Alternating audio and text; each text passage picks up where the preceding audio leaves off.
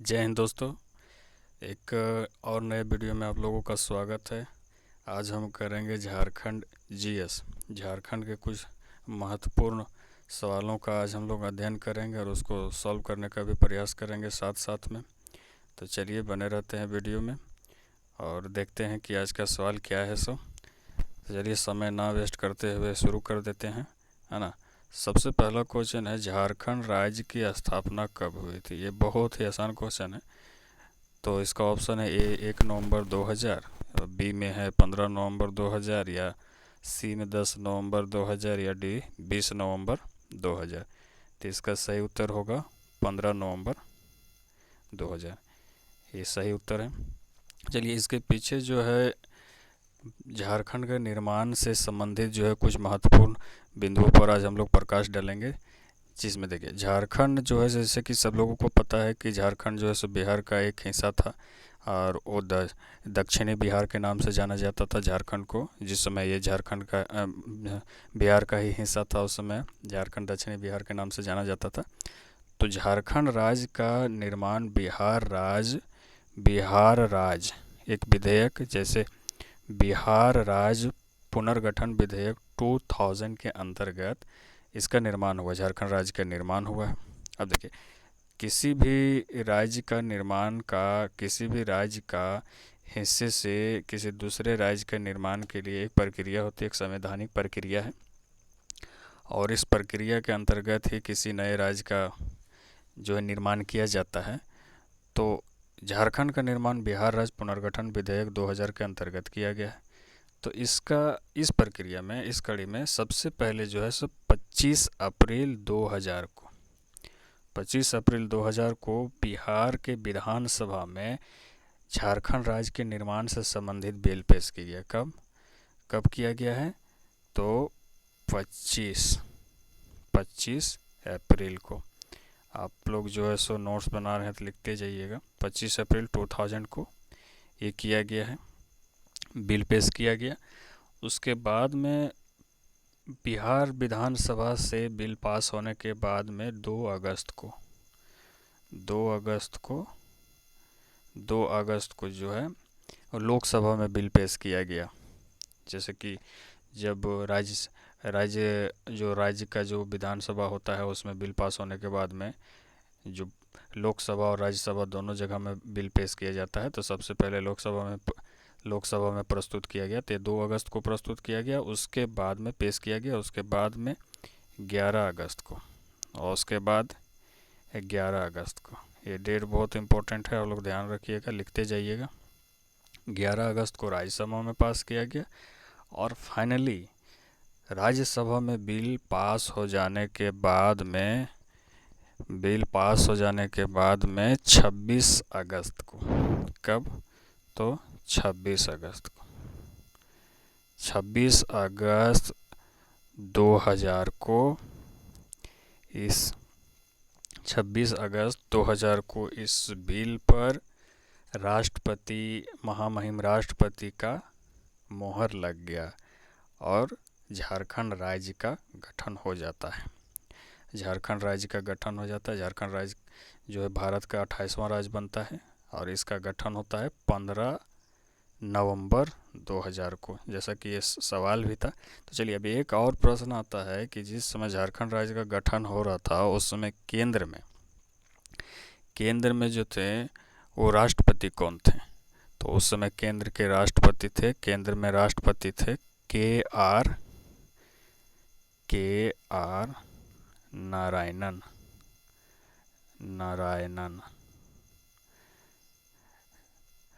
के आर नारायणन थे। और बिहार की जो मुख्यमंत्री थी और चीफ मिनिस्टर, जो मुख्यमंत्री श्रीमती राबड़ी देवी थी। देखिए 2000 जिस बिहार की राजनीति में 2000 के समय राबड़ी देवी मुख्यमंत्री थी और राबड़ी देवी एज ए मुख्यमंत्री के शासनकाल में ही झारखंड राज्य का निर्माण किया गया है। और इस तरह से 15 नवंबर 2000 को झारखंड राज्य का निर्माण हो जाता है। अब चलिए आगे चलते हैं। दूसरा सवाल है यहाँ पर, स्थापना के आधार पर झारखंड का भारत के राज्यों में क्रम है, तो कौन सा क्रम है? पहला है ए है 26वां, बी 27वां, सी 28वां या डी इनमें से कोई नहीं। तो इसका क्रम है 28वां, आंसर होगा सी। देखिए दोस्तों, मैं बेसिक क्वेश्चन लेकर के आया हूँ, शुरुआत से लेकर के आया हूँ, ताकि अगर आप इस क्वेश्चन को करते जाइएगा तो आपके दिमाग में जो है ना एक सीरीज के आधार पर यह क्वेश्चन चलेगा। इससे क्या होगा कि आपको याद करने में आसानी हो जाएगा और आपको पेपर देने में भी आसानी हो जाएगा। इसलिए मैं सारे सवालों को लेकर के आया हूँ। तो चलिए, 28वां राज्य के रूप में झारखंड राज्य अस्तित्व में आता है। उसके आगे अगला सवाल है, राज्य के रूप में स्थापित होने से पूर्व झारखंड क्षेत्र किस नाम से जाना जाता था? बता रहा है यहाँ पर, ये पूछ रहा है कि राज्य के रूप में, है ना, आज राज्य के रूप में स्थापित होने से पूर्व झारखंड किस नाम से जाना जाता था? तो ऑप्शन है ये उत्तर बिहार, बी दक्षिण बिहार, सी पूर्वी बिहार या डी पश्चिमी बिहार। तो सिंपल सी बात है, झारखंड बिहार के दक्षिण में स्थित है और बिहार झारखंड के उत्तर में स्थित है, इसलिए दक्षिण बिहार के नाम से जाना था। तो ऑप्शन सही हो जाएगा बी।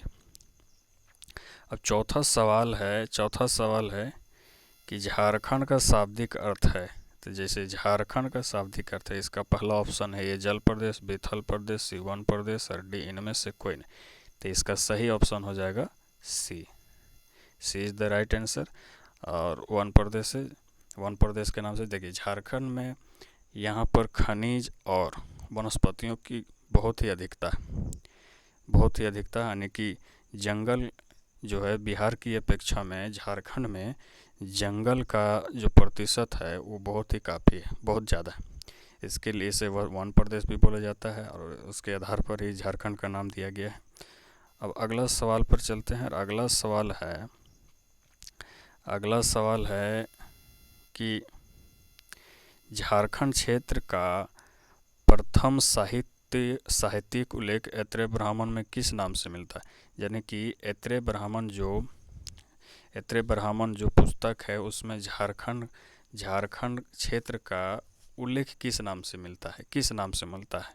यानी कि यहाँ पर ये भी ध्यान रखिएगा, ऐत्रेय ब्राह्मण जो है सो प्रथम साहित्य, ऐत्रेय ब्राह्मण में झारखंड का प्रथम बार साहित्यिक रूप से उल्लेख हुआ है। प्रथम साहित्य यानी कि किसी भी साहित्य में झारखंड का पहला बार उल्लेख किया गया है। तो भी सवाल बन सकता है कि झारखंड का उल्लेख किस ग्रंथ में सबसे पहली बार किया गया है ना? झारखंड शब्द का उल्लेख किस ग्रंथ में सबसे पहले बार किया गया है? तो ये जो है पहला ऑप्शन दिया हुआ है पुंडरा, बी है पुंडरा, और दूसरा है बी ऑप्शन है नागदेश, और सी है कलिंद देश, और डी है इनमें से कोई नहीं। तो A is the right answer. A जो है इसका सही उत्तर होगा। पुंड्र नाम से उल्लेख मिलता है झारखंड क्षेत्र का ऐत्रेय ब्राह्मण में, है ना, पुंड्र नाम से। अब अगला सवाल में चलते हैं, अगला क्वेश्चन पर चलते हैं। देखिए क्या है, क्या बोल रहा है। महाभारत में झारखंड क्षेत्र का उल्लेख किस नाम से मिलता है? तो ये ऑप्शन है, यहाँ पर ये ऑप्शन है पुंडरीक देश, बी नाग देश, सी मत्स्य देश, डी गंधर्व देश। देखिए महाभारत में झारखंड को पुंडरीक देश के नाम से जाना गया, पुंडरीक देश के नाम से। किस नाम से? तो पुंडरीक देश के नाम से। अब चलिए अगला सवाल के ऊपर में आते हैं, अगला सवाल की तरफ चलते हैं।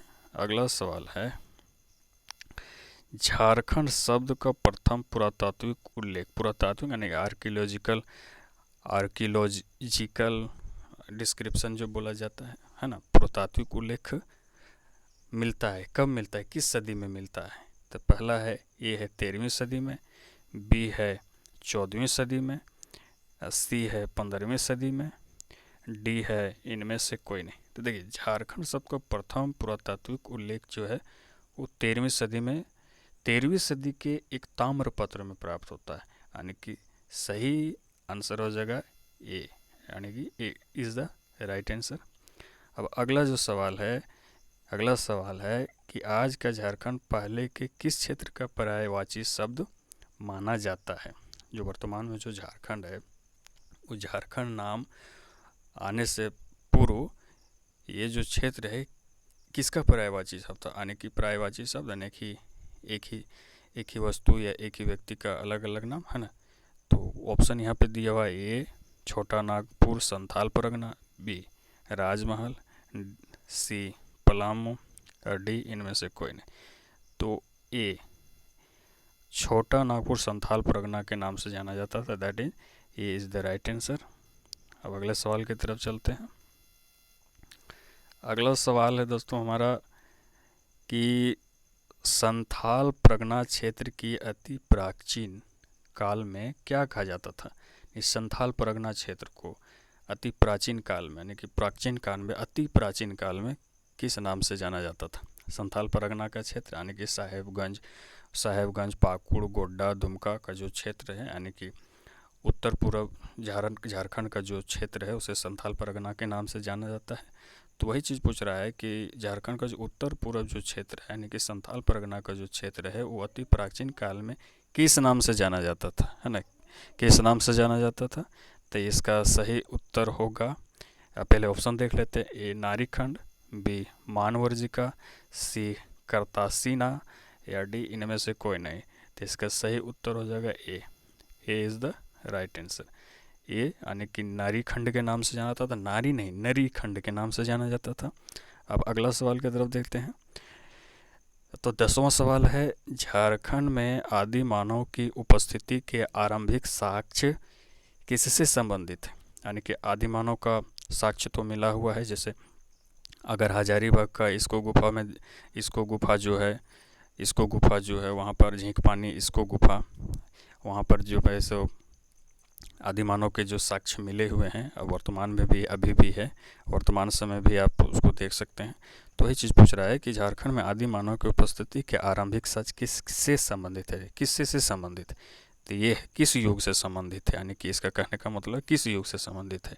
तो ये पूरा पाषाण काल है, बी मध्य पाषाण काल है, सी नव पाषाण काल है, डी इनमें से कोई नहीं। तो इसका सही उत्तर होगा ए इज़ द राइट आंसर। पूरा पाषाण युग से संबंधित रखता है आदि मानव की उपस्थिति को झारखंड में, है ना। चलिए आगे चलते हैं, अगला क्वेश्चन की तरफ होते हैं, question number 11 and the question is Jharkhand में ताम्र पाषाण युगीन संस्कृति कैल्कोलिथिक कल्चर का केंद्र बिंदु था। यानी ताम्र पाषाण, अगर इंग्लिश नहीं समझ रहे हैं तो आप ताम्र पाषाण युगीन संस्कृति का केंद्र बिंदु था। कौन सा केंद्र बिंदु था। तो ये सिंहभूम, बी कालीबंगा, सी आहड़ या इनमें से कोई नहीं। देखिए कालीबंगा तो होगा नहीं, कालीबंगा झारखंड में है ही नहीं, इसलिए कालीबंगा का तो होने का सवाल ही नहीं होता है। तो ये कालीबंगा होगा नहीं। आहड़ तो झारखंड में ऐसा कोई क्षेत्र अभी तक मेरी जानकारी में है नहीं। शायद अगर आप लोग को अगर है जानकारी कि आहड़ अगर झारखंड में है तो कमेंट बॉक्स में बताइएगा कि किस डिस्ट्रिक्ट में पड़ता है या किस प्रखंड में पड़ता है।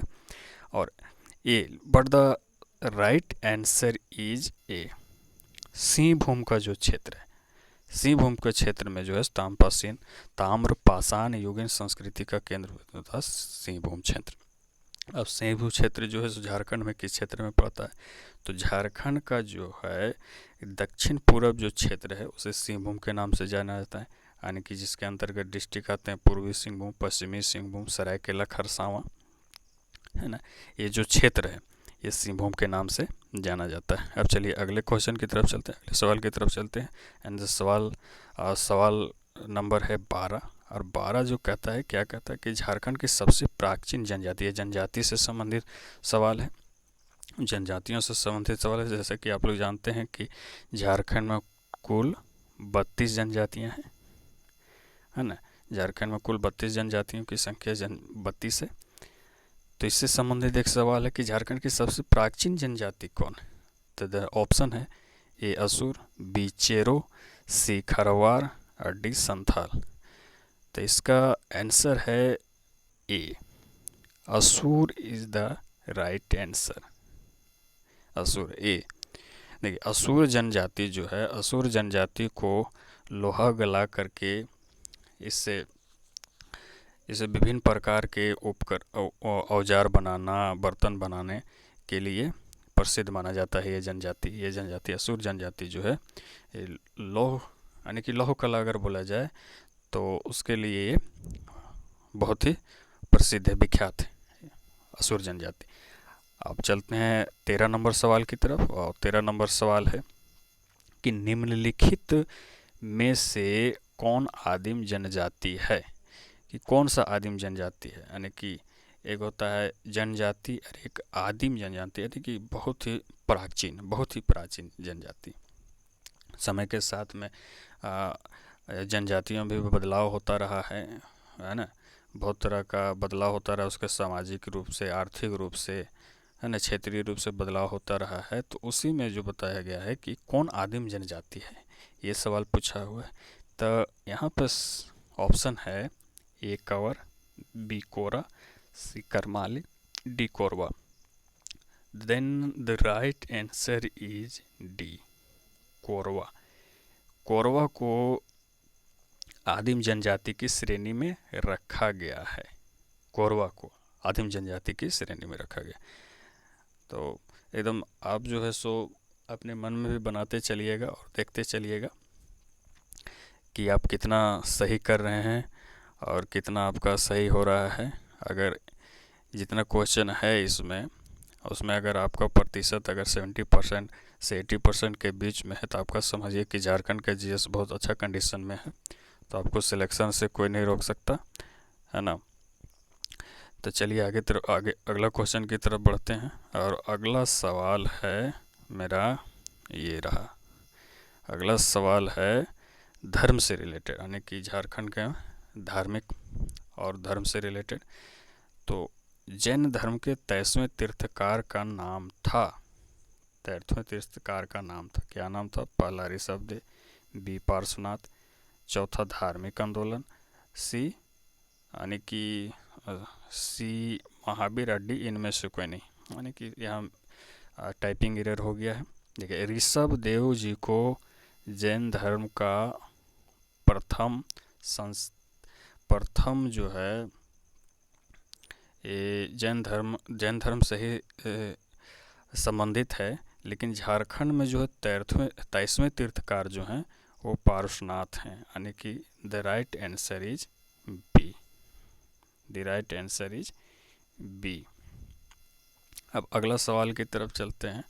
तो अगला सवाल है हमारा सवाल नंबर 15। और सवाल नंबर 15 क्या बोल रहा है, चलिए देखते हैं। इनमें निम्नलिखित में से कौन सा स्थल जैनियों का झारखंड राज्य में स्थित एक प्रमुख तीर्थ स्थल है। ऑप्शन है माउंट आबू, बी पावापुरी, सी पारसनाथ और डी गिरनार। देखिए, माउंट आबू तो होगा नहीं, माउंट आबू राजस्थान में पड़ता है। पावापुरी तो होगा नहीं, ये तो उड़ीसा में पड़ता है। गिरनार भी तो होगा नहीं, ये तो झारखंड में है ही नहीं। तो सही आंसर क्या होगा, सी, ऑप्शन नंबर सी। यानी कि जैन धर्म का पारसनाथ जो है जैन धर्म का एक बहुत ही पवित्र और बहुत ही प्रसिद्ध तीर्थ स्थल है। जैसे कि पारसनाथ का जो पहाड़ है, पारसनाथ का पहाड़ जो है सो झारखंड का सबसे ऊंचा पहाड़ है, यानी कि सबसे ऊंची चोटी है, जिसका ऊंचाई 1365 मीटर है ना, 1365 मीटर है। ये भी सवाल पूछता है बहुत, और ये झारखंड का सबसे ऊंचा चोटी है। अब अगला सवाल जो है कि किस डिस्ट्रिक्ट में पड़ता है, उससे संबंधित। देखिए, मैंने जो सवाल सेट किया है, वो सवाल जो सेट किया है एकदम सेट किया हुआ है, ताकि आपको एक के बाद एक सीरीज में मिलता जाए, ताकि अगर आप कुछ ज़्यादा रिवीजन करने के लिए भी ना आवश्यकता ना पड़े। इसलिए मैंने एक के बाद एक सेट किया, इस तरीक़े से मैंने सेट किया है सवाल को। तो जो 16 नंबर जो हमारा प्रश्न है वो है कि पारसनाथ पहाड़ जैन धर्म के 23वें तीर्थकार पार्श्वनाथ का निर्माण हुआ झारखंड राज्य के किस जिले में स्थित है। यानी कि जो 23वें तीर्थकार जो थे पार्श्वनाथ देव थे, उनका निर्माण हुआ, यानी कि यहीं से उनको मोक्ष की प्राप्ति हुई है। तो झारखंड राज्य के किस जिला में पड़ता है, बेसिकली सवाल ये बोल रहा है। तो जिसका ऑप्शन है ए गिरिडीह में, बी रांची में, सी गुमला में, डी इनमें से कौन है। द राइट आंसर इज ए। ये जो है इसका सही उत्तर होगा ए गिरिडीह में। ये गिरिडीह डिस्ट्रिक्ट में पड़ता है, झारखंड राज्य के गिरिडीह डिस्ट्रिक्ट में पार्श्वनाथ पड़ता है। ये जब आप NH2 यानी कि जिसे GT रोड के नाम से जाना जाता है, GT रोड के से 10 से 11 किलोमीटर के दूरी पर ही एक सड़क जाती है, उससे ही कनेक्टेड सड़क में ये पारसनाथ है। इसे मधुबन के नाम से भी जाना जाता है। स्थानीय लोग जो है इसे मधुबन के नाम से भी जानते हैं। चलिए अगला सवाल है सवाल नंबर 17। और 17 सवाल कह रहा है कि झारखंड क्षेत्र यानी कि मौर्य साम्राज्य सीमावर्ती राज्यों में से किस प्रदेश का एक हिस्सा था। यानी कि मौर्य साम्राज्य का जो राज्य था उसमें से उसके जो बॉर्डर लाइन था, है ना, साम्राज्य सीमावर्ती राज्यों में से किस प्रदेश का एक हिस्सा था। उसमें से झारखंड जो है किस प्रदेश का एक हिस्सा था। तो इसका ऑप्शन है ए आटविक, बी राष्ट्रिक, सी चोल और डी इनमें से कोई नहीं। तो इसका देखिए झारखंड को जो ना आटविक के नाम से भी जाना गया। तो the right answer is A is the right answer. यानी कि झारखंड क्षेत्र जो है मौर्य साम्राज्य सीमावर्ती राज्यों में से किस प्रदेश का एक हिस्सा था। तो आटविक प्रदेश का एक हिस्सा था मौर्य साम्राज्य के काल में, है ना, मौर्य शासन के काल में। अब चलिए अगला सवाल की तरफ चलते हैं। क्वेश्चन नंबर 18 और 8वां है कि कौटिल्य, जिन्हें चाणक्य और कौटिल्य दोनों एक ही नाम है। इतिहास में आपने पढ़ा होगा। इन्हें कौटिल्य यानी कि चाणक्य के नाम से भी बना जाता था। यानी कि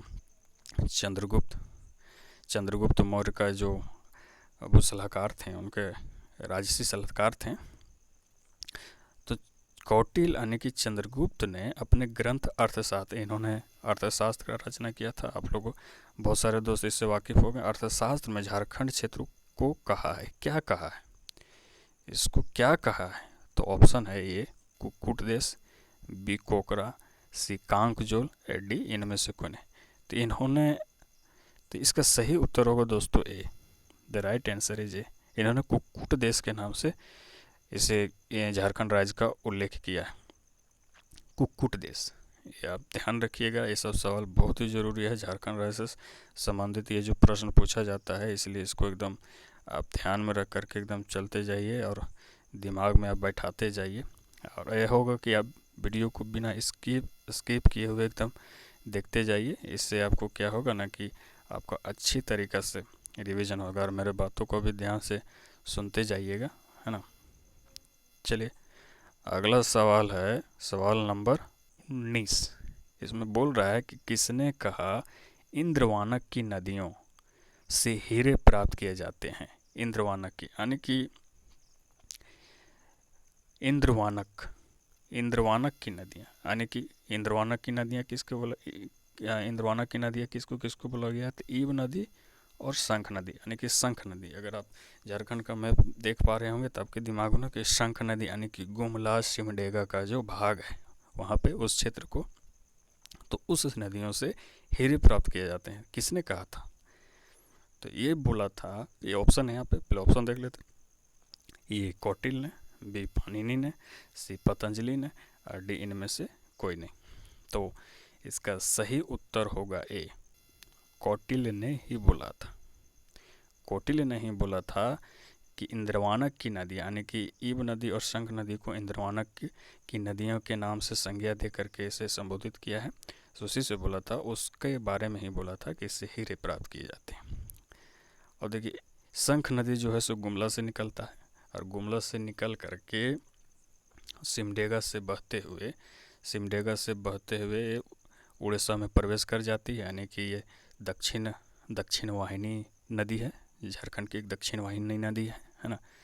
अब चलिए अगला सवाल है सवाल नंबर 20। और सवाल नंबर 20 है कि बिहार झारखंड क्षेत्र कुषाण सम्राट कनिष्क के किस क्षत्रप के नियंत्रणाधीन था। यानी कि बिहार झारखंड सम्मिलित रूप से बिहार और झारखंड क्षेत्र कुषाण सम्राट कनिष्क जो कुषाण साम्राज्य के सम्राट थे, तो उनके किस क्षत्रप यानी उनके किस योद्धा के अधीन था। तो इसका सही उत्तर होगा वंशफर, यानी कि वंशफर होगा।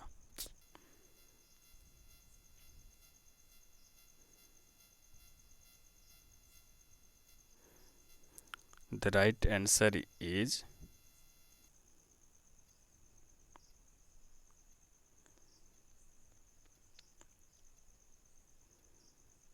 चलिए चलते हैं सवाल नंबर 20 में। और सवाल नंबर 20 है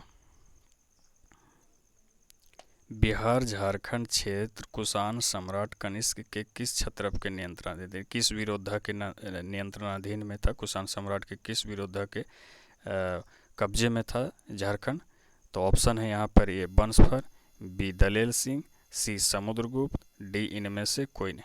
तो the right answer is A Bansfar के अधीन था बिहार और झारखंड का क्षेत्र कुषाण सम्राट कनिष्क के शासनकाल में। अब अगला सवाल है दोस्तों, कुषाण सम्राट कनिष्क के सिक्के झारखंड के किस जिले से प्राप्त हुए थे? कुषाण सम्राट है ना, उनका जो है सोने का सिक्के प्राप्त हुआ है झारखंड से आर्कियोलॉजी यानी कि साक्ष्य के रूप में। तो इसका ऑप्शन यहाँ पे दिया हुआ है, ए रांची से, बी पलामू से, सी दुमका से, डी इनमें से कोई नहीं, है ना। तो दो राइट आंसर इज ए रांची से कुषाण सम्राट कनिष्क का सोने के सिक्के प्राप्त हुए हैं। कहाँ से? तो रांची से। अब चलते हैं अगले सवाल की तरफ।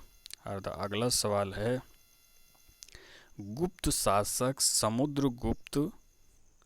समुद्रगुप्त की प्रयाग प्रशस्ति में छोटा नागपुर को कहा गया है किस नाम से? यानी कि समुद्रगुप्त की जो जीवन समुद्रगुप्त के शासन काल में जो लिखा गया पुस्तक है उसका नाम प्रयाग प्रशस्ति है।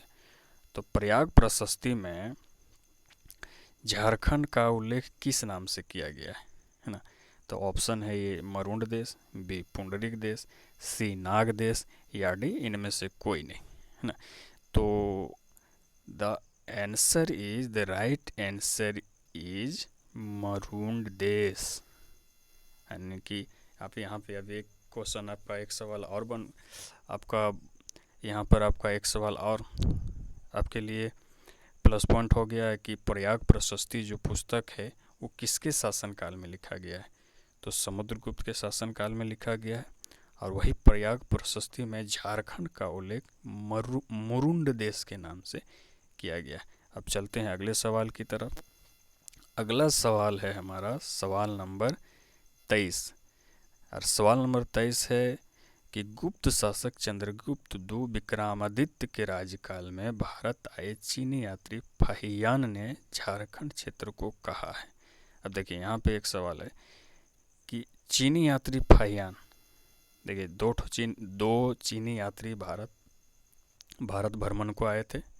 एक है फाहियान और एक ह्वेनसांग है ना। एक ह्वेनसांग था, एक ह्वेनसांग थे और दूसरा फाहियान। तो फाहियान जो है विक्रमादित्य चंद्रगुप्त II विक्रमादित्य के राज्यकाल में और ह्वेनसांग तो हर्षवर्धन के शासनकाल में आए थे। तो वही पूछ रहा है, तो उस सवाल को यहाँ पे पूछा है कि चंद्रगुप्त II विक्रमादित्य के राज्यकाल में भारत आए चीनी यात्री फाहियान ने झारखंड क्षेत्र को किस नाम से? तो फाहियान ने जो अपना पुस्तक लिखा है उसमें झारखंड को किस नाम से संबोधित करते हुए उसका उल्लेख किया है? तो जिसमें ऑप्शन है ये कुक्कुटलाड, बी पुंडरिक देश, सी पुंड्र, डी इनमें से कोई नहीं। तो द राइट आंसर इज ए है ना कुक्कुटलाड के नाम से इसको संबोधित किया हुआ है। तो चलिए दोस्तों, आज जो है 23 क्वेश्चन है, आज के लिए इतना ही रहने देते हैं।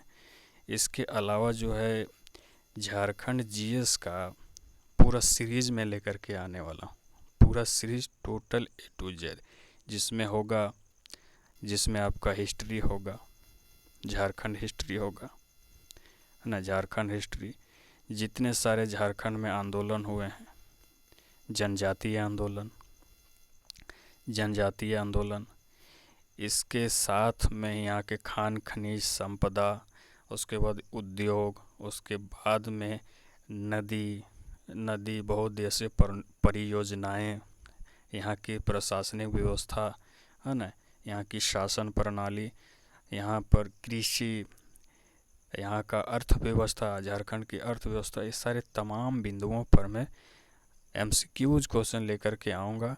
इसलिए आपको नोटिफिकेशन मिलते रहे, इसलिए आप वीडियो को जो है सो लाइक कीजिए, सब्सक्राइब भी कर लीजिए चैनल को, ताकि आपको जैसे मैं वीडियो अपलोड करूं तो आपको पता चल जाए और आपका रिवीजन भी होता रहे, है ना। तो चलिए आज इतना ही रहने देते हैं। जय हिंद, जय भारत दोस्तों।